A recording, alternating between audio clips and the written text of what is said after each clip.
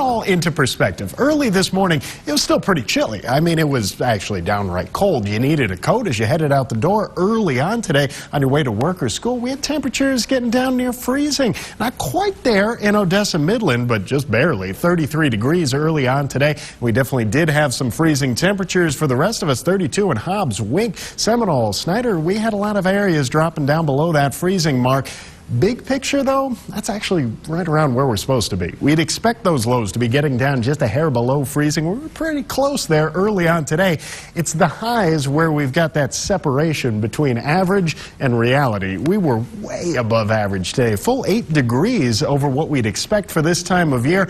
And that sort of warm weather is actually going to stick with us for at least the next couple of days out there, continuing to see a little bit of late year heat coming our way. Believe it or not, that is a thing. Thankfully, nowhere near records. Those are up in the 80s, but still plenty warm out there. And with those clouds moving through, tonight going to be a little bit warmer, too. We're actually looking at a chance for those lows to climb a bit. And with all that cloud cover, that helps to keep the heat near the surface and doesn't let us cool down quite as much. So freezing lows look pretty unlikely for the majority of the viewing area. But big picture, we still got to wait a little bit longer before we see any major change. We did have a very weak front move through yesterday, and that's sitting down to our south largely at this point. But that cold front to the north, that's the one to keep an eye on, because once that swings through over the next couple of days, gives us a chance to see a little bit of cooler air and could even bring some rainfall back into West Texas. And this time, actual rain, not that light flurry snow sort of mix that we had last week,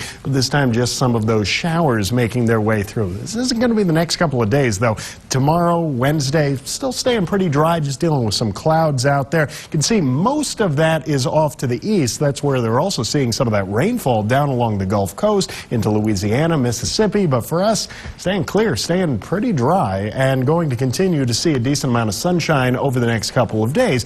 Big picture, why aren't we seeing a very strong chance for rain? It's because it's just dry out there. Precipitable water not only is it a tongue twister, but it's also a way to see how much moisture is there in the atmosphere. If we do get rain, will it actually last? And you're looking for the blues, not really the purples. And West Texas, plenty of purples, not so much with those blues. If we could pull in some of that Gulf moisture, we'd have a much better chance at seeing some of that rainfall by Thursday into Friday. Unfortunately, just doesn't look like that'll be the case. Instead, staying pretty dry. Those winds have calmed down a bit, still looking about 5 to 10 miles per hour across the basin, a little bit gustier out to the west. But all in all, I think those are going to continue to stay on the calm side. One thing, though, that's been an issue for us, even though we're not seeing a whole lot of moisture now, it's been a pretty wet year, all things considered, and those mold spores continue to be an issue for us, still coming in at high. And remember, if you ever want the latest on these allergen numbers, Dr. Paul Fulmer, he's always got that at TexanAllergy.com. You can always see the latest on those pollen counts out there.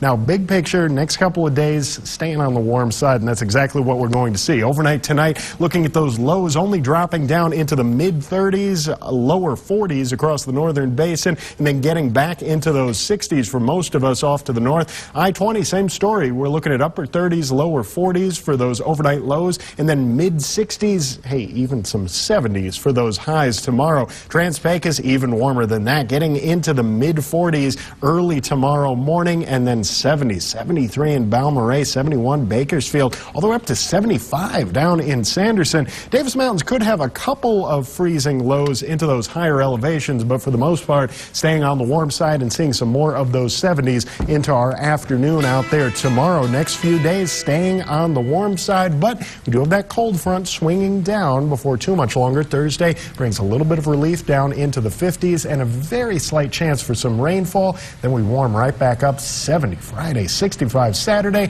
and then we get the big one, dropping us down with that cold front, 40 Sunday and Monday with some sub-freezing lows all the way down into the 20s early Sunday morning and Monday morning. That's the sort of winter chill that we saw last week. And hey, if you're enjoying this break, terrific. Get out there and enjoy it over the next few days, because it doesn't last forever. It's West Texas, but it's still winter, so we got to get ready for it. If I remember a few days ago, I woke up to snow. Yeah, and now it was shorts, and yeah, you could wear some flip-flops and nobody would look at you too funny. Right, look at my feet. It's kind of happening right now. Not bad. Oh, wow.